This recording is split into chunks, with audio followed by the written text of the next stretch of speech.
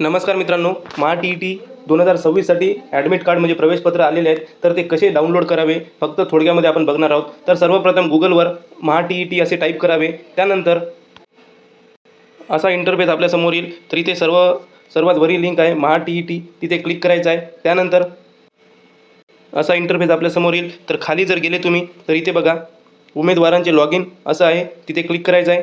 त्यानंतर असा नवीन interface open होईल. तर तिथे जाऊन खाली जायचं आहे आणि इथे आपल्याला यूजर नेम पासवर्ड टाईप करायचा आहे आणि हा कॅप्चा आपल्याला खाली इथे एंटर करायचा आहे आणि त्यानंतर लॉग इन या बटनावर क्लिक करायचं आहे.